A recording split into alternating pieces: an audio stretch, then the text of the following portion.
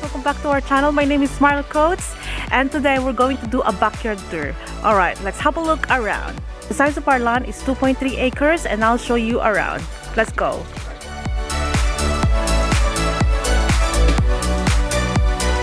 We've been driving around, singing songs way too loud because we wanna. Picking up our love friends, fill up the car till it bends because we wanna.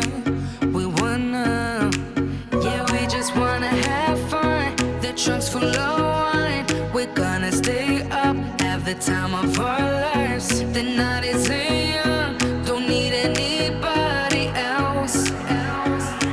We came to party all night long, and we don't need no chaperone. We don't need nobody's attention, yeah, we just wanna dance on our own. We came to party all night long and sing along to every song. We don't need nobody's attention, don't need nobody else in our zone.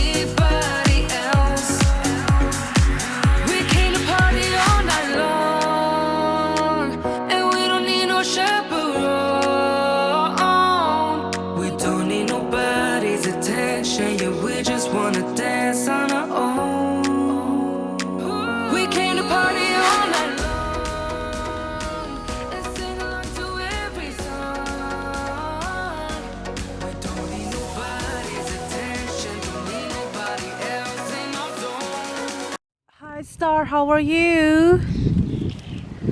That's your apple.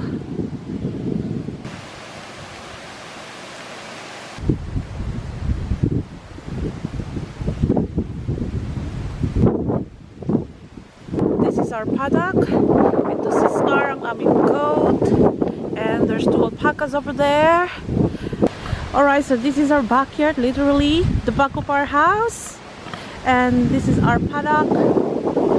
Hello! This is our goat Star. Ang ating alpacas. Nagpupupo siya right now. There's another one there. Hello! Whoop, whoop, whoop, whoop, whoop. Oh no! That's not good! Hi! How are you? Oh, he's happy right now. Let's give him a privacy. Alright, so this is the back of our house.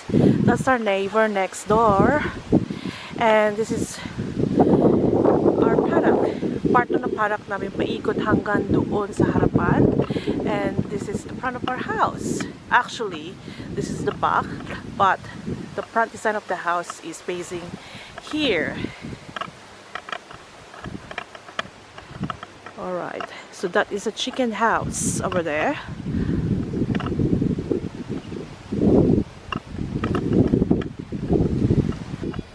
Alright, we're gonna go to the side of the house, and every time I go out here, I have to wear my gumboots, protection for the spiders, especially right now. We're heading to summer, and spiders and ants are coming out, so we have to be careful. Going here, so this is still a part of our paddock. Ito yung house ni Star. And then, little house niya, pag may umuulan at malakas ang hangin, nagtatago siya dyan. So, this is our products. So, may barbed wire fence tayo. Ayan. hanggang papunta doon sa baba. Alright, this is Michael's slide. Daddy Michael haven't finished yet assembling the swing set. Alright. Alright, so there is a gazebo there. Behind that is a rainwater tank. We have a sustainable water. We don't have a connection of water in the suburban because we have our own water. So we need rain. Kung walang rain, we have to order water somewhere.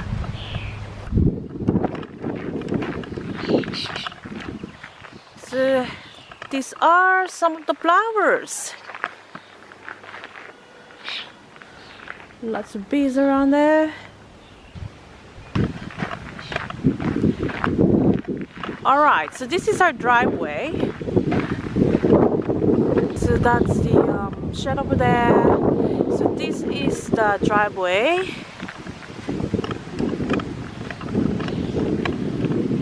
And we have some solar lights here. Solar lights. And that's still part of our land. Behind that fence, this is still part of our land. Ito yung paddock namin na kailangan ng alisin yung mga damo kasi lumalaki na. So paikot yan hanggang dun sa likod ng bahay. Alright. So moving here. So those trees are apple trees. So basically we have, I counted, I think we have like 8 apple trees in this property.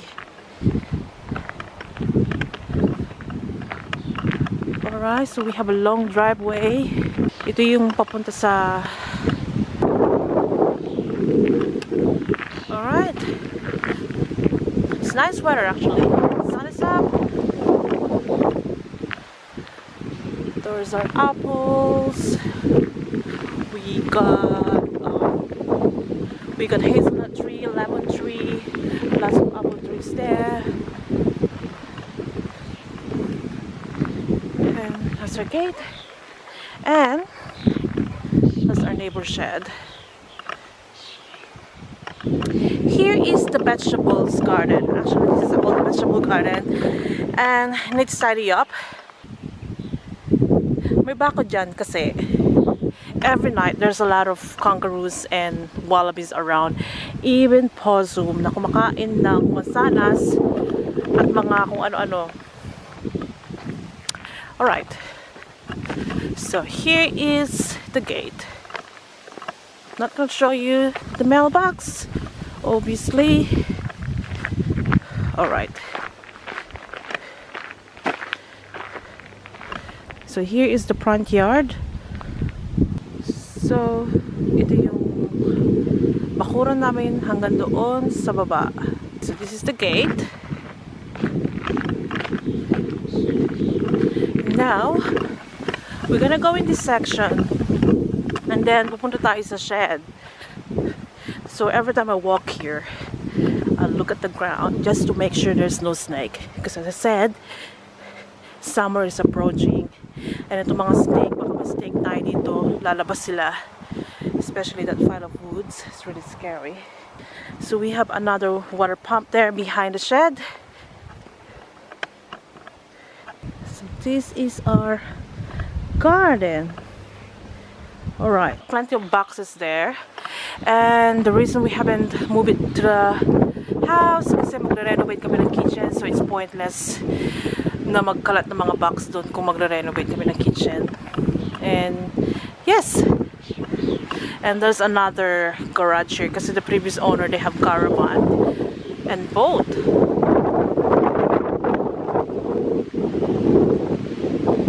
Alright.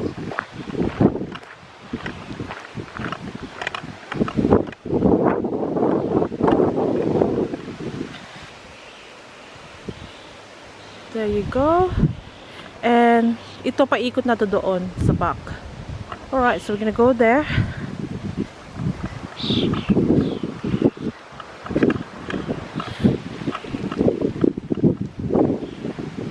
There you go.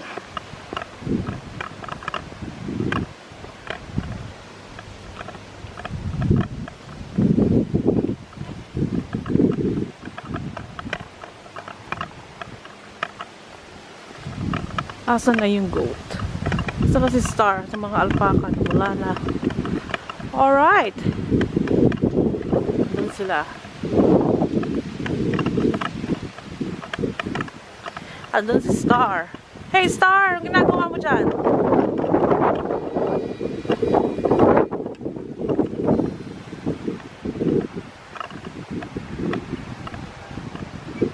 Ed! Who's here? Hey Kane!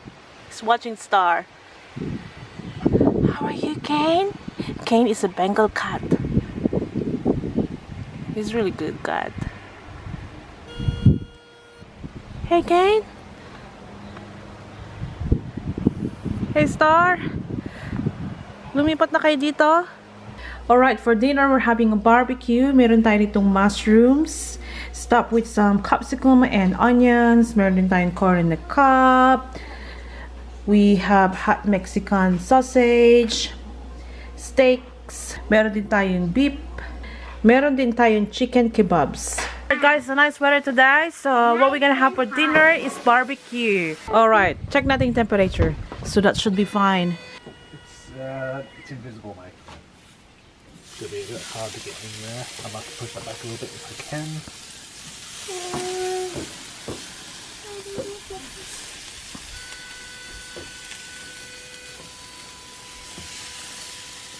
Turning it over.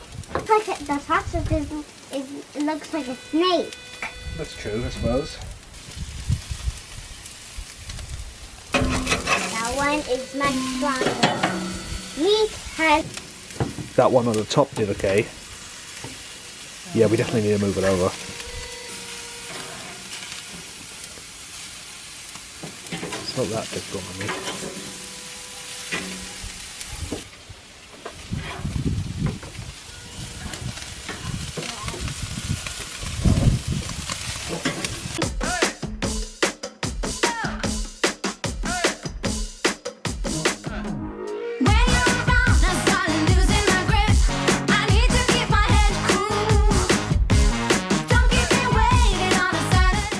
All for video for now, and sana nagustuhan nyo itong video na ito, ang tour sa aming property, and I'll see you in the next one. Okay, bye!